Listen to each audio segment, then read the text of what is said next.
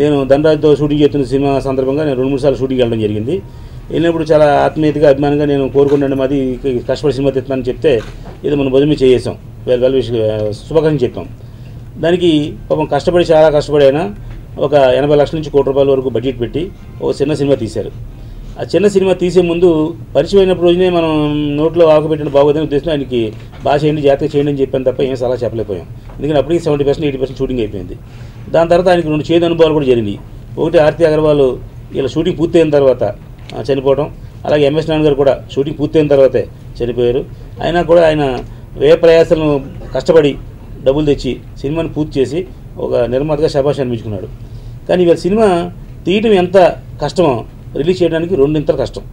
ఇప్పుడు మీడియా మిత్రులకి మీ అందరికీ తెలిసిన విషయం ఇది. కానీ మీ ద్వారా మిగతా కొత్త నిర్మాతలందరికీ తెలియడం కోసమే ఇవాళ మేము గెస్ట్గా రావడం జరిగింది. ఇప్పుడు ఇతను గణేష్ అని అతను వాళ్ళ కోరుకొండ గ్రామంలో ఏదో వ్యాపారం చేసుకుని ₹4 సంపాదించి ఎవరో ఓ దర్శకుడో లేదా ఇంకో ఫ్రెండో సినిమా తీస్తే బాగుంటుంది అని సలహా చెప్తే మంచిది కదా ఉద్దేశంతో వచ్చారు. ఇతను రాంగ్ ట్రాక్ ఎక్కడ నడిచారు, ఏ కష్టం జరిగింది ఆయన భాషలో చెప్తారు. ఆయన అది నాకు తెలియదు కాబట్టి. కానీ ఒక నిర్మాత రేపు 1వ తారీఖు రిలీజ్ చేయాలని సంకల్పించి వచ్చారు. నేను చెప్పాను 1వ తారీఖు వద్దండి, ఏప్రిల్ 1వ తారీఖు 14 సినిమాలు అనౌన్స్ చేశారు డేట్లు. ఈ 14లో 10 మంది వస్తారా 9 మంది వస్తారో తెలియదు, కానీ మొత్తం మీద సినిమాలు మాత్రం 14 అనౌన్స్ చేశారు. అంటే డేట్లు వేసారు. డేట్లు వేసి సినిమాలు 14 వస్తున్నాయి. మీరు ఈ సందర్భంలో రిలీజ్ చేయడం కష్టం, వద్దు. 8వ తారీఖున పవన్ కళ్యాణ్ సినిమా రిలీజ్ ఉంది. ఎవరు ఎంత గొప్పగా ఉన్నా కూడా ఇందులో సినిమా తీసేస్తారు, కాబట్టి ఆగండి అని చెప్పాను. కానీ ఆయన చాలా బాధపడుతూ విచారం వ్యక్తం చేసి చెప్పింది ఏంటంటే, సంవత్సరం అయింది సార్ సినిమా తీసి, నేను ఎన్నో కష్టపడి సినిమా తీశాను, నేను మా ఊరు వెళ్ళి సినిమా తీశాను, అట్లీస్ట్ మంచిదో చెడ్డదో సినిమా తీశాను చెప్పుకుంటూ కూడా అవకాశం లేకుండా పోయింది. కాబట్టి ఏ పరిస్థితుల్లోనే మా సిద్ధాంత్ గారు టైం పెట్టారు కాబట్టి 1వ తారీఖు సినిమా రిలీజ్ చేయాలి, మీ చేతిలో పెడుతున్న సినిమా అన్నారు.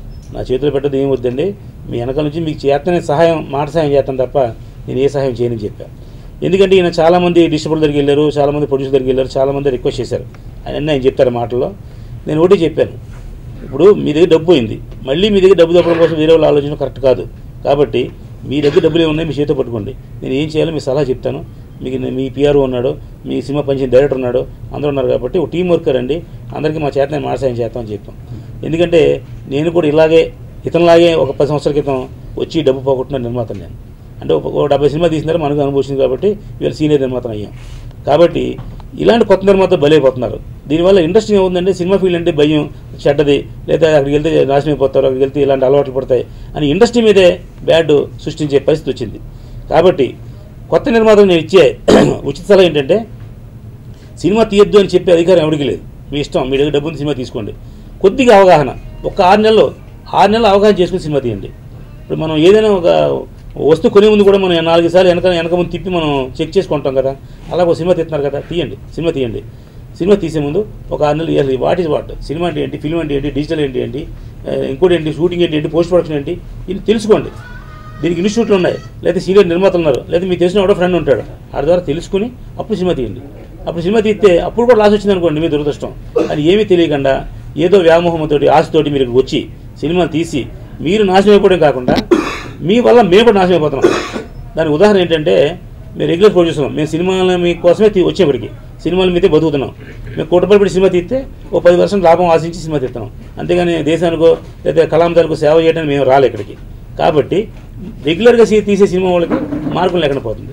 అందువల్ల కొంచెం కొద్దిగా అవగాహన చేసుకుని ఒక 6 నెలలు ఎక్స్పీరియన్స్ చేసుకుని అది చెప్పే మాట కరెక్టా కాదా, నిజమా కాదా అని తెలుసుకుని మీరు సినిమా తీయమనే కోరుతున్నాం. సినిమా తీయద్దని చెప్పే అధికారం ఎవరికి లేదు. కాబట్టి సినిమా తీసే ముందు అవగాహన చేస్తేనండి. కానీ ఒక గణేష్ లాంటి నిర్మాత ఈవేళ ఇండస్ట్రీలో ఒక 80 లక్షల ₹1 కోటి నష్టపోతుంటే బాధపడలేక ఈవేళ అతనితో కష్టాన్ని షేర్ చేసుకునే కోసం ఇక్కడ రావడం జరిగింది. నిర్మాతకి ఏ స్వార్థం లేదు, ఒక నిర్మాత పేరు కోసం సినిమా తీస్తున్నాడు, అతను పేరు కోసం డబ్బు పోగొట్టుకుంటున్నాడు. సినిమా షూటింగ్కి 5 గంటే 4:30 వచ్చి షెడ్లో కూర్చుంటాడు, రాత్రి 12 తర్వాత అందరూ 8 తర్వాత వెళ్తాడు. అంటే ఒక పెద్ద పాలీర్లాగో ఒక పెద్ద ప్రొడక్షన్ మీద అంటాడో ప్రొడ్యూసర్ తప్ప అతను ఏం అనుభవించేది, ఏం ఎంజాయ్ చేసేది లేదు. ప్రతి రూపాయి అతను తేవాల్సిందే, ప్రతి రూపాయి అతను పోగొట్టుకోవాల్సిందే. టెక్నీషియన్ అనేవాడు కష్టపడి డబ్బు ఇస్తారు, ఆ డబ్బుతో అతను 10 రూపాయలు తప్పిస్తారు, ఎక్కిస్తారు, డబ్బు ఇస్తారు, అతను సాటిస్ఫై పని చేస్తాడు, లేకపోతే పని చేసిందని కష్టం పోయింది అనుకుంటాడు తప్ప అతనికి అది నష్టపోయేది లేదు. ఆ నిర్మాత అనేవాడు అన్ని విధాలు నష్టపోతున్నాడు.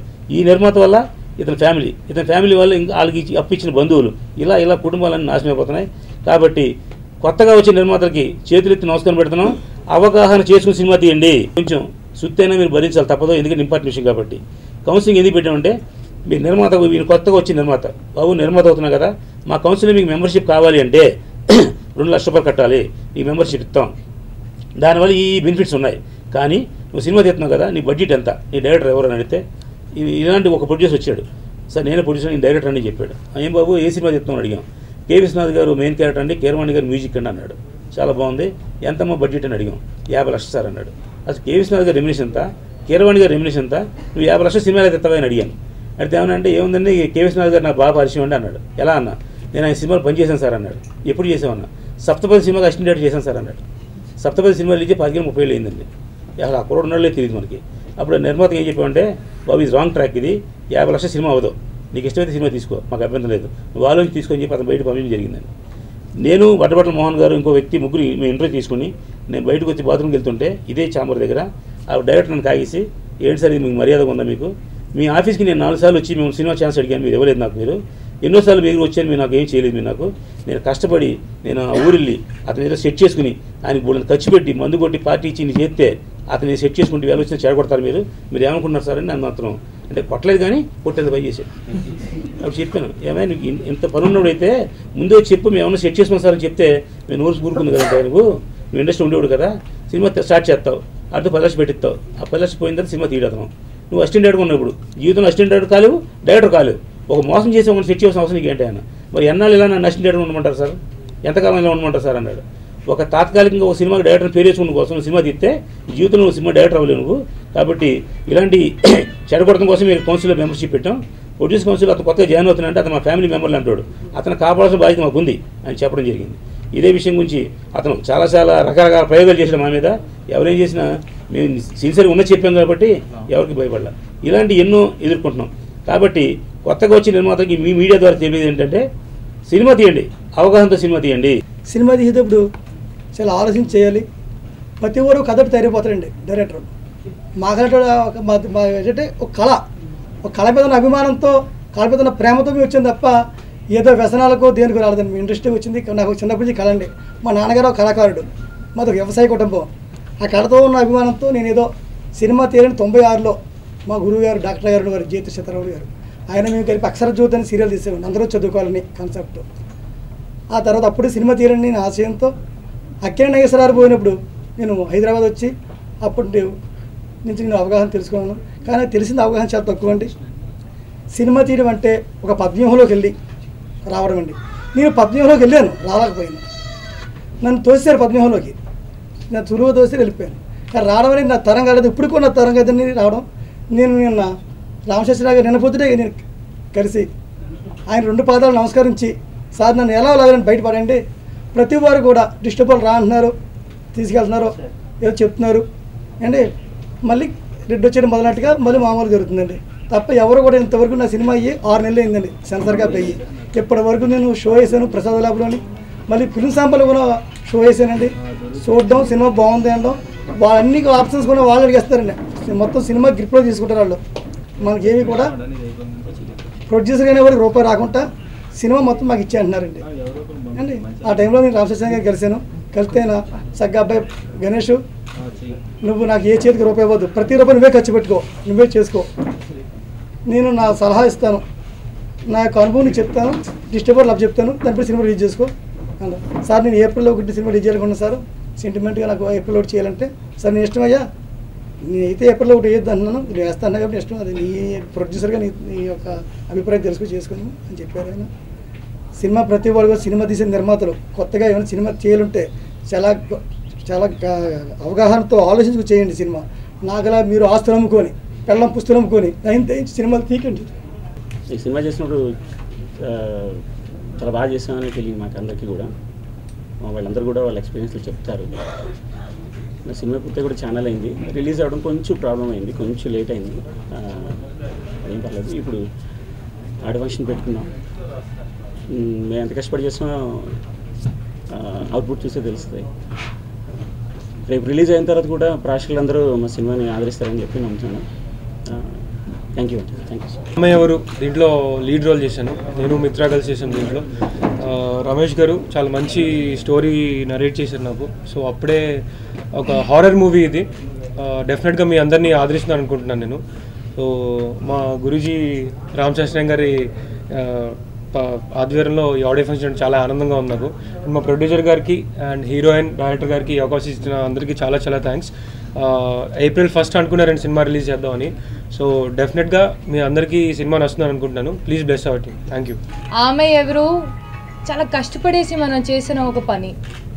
దానికి నేను this was the first time I'm talking in Telugu. So దానికి నేను ప్రొడ్యూసర్ గారు మన గణేష్ గారికి థ్యాంక్స్ చెప్పాలి. రమేష్ గారికి ఎంత మంచి అవకాశం ఇచ్చినందుకు థ్యాంక్ యూ చెప్పాలి. Anil was a very supportive co-actor who helped me to complete this movie with full energy. So I thank Anil and all other girls who have been a part of the film.